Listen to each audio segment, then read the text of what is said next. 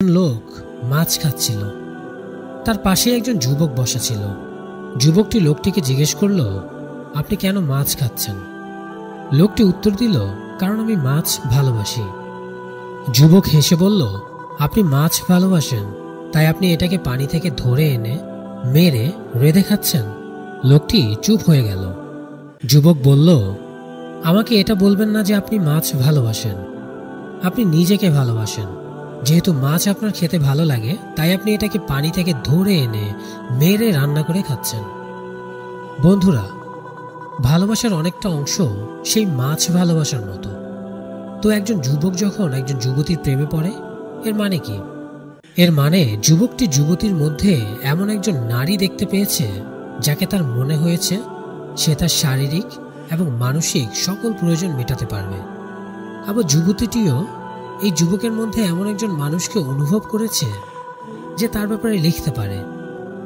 এটা ভালোবাসা ছিল, কিন্তু দুজনই এর মধ্যে নিজেদের প্রয়োজন খুঁজছে। এটা অন্যের জন্য ভালোবাসা না।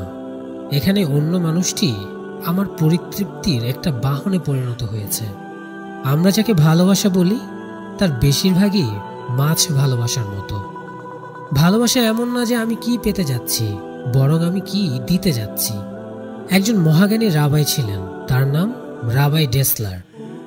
তিনি বলেছিলেন, মানুষ এটা ভেবে গুরুতর ভুল করে যে তারা তাদেরকেই উজাড় করে দেয় যাদের তারা ভালোবাসে, কিন্তু সত্যিকারে তারা তাদেরকেই ভালোবাসে যাদেরকে তারা উজাড় করে দেয়। তার যুক্তি হলো, যদি আমি কাউকে, ধরুন আপনাকে কিছু দেই, তাহলে আমি আপনার মধ্যে নিজেকে অর্পিত করছি। যেহেতু আত্মপ্রেম সর্বজন স্বীকৃত, প্রত্যেকে নিজেকে ভালোবাসে, এবং যেহেতু আমার একটা অংশ আপনার অংশে পরিণত হয়েছে, তাই আপনার ভিতরে আমার কিছু অংশ রয়েছে যেটা আমি ভালোবাসি। সুতরাং সত্যিকারের ভালোবাসা হলো দেয়ার ভালোবাসা, নেয়ার ভালোবাসা না।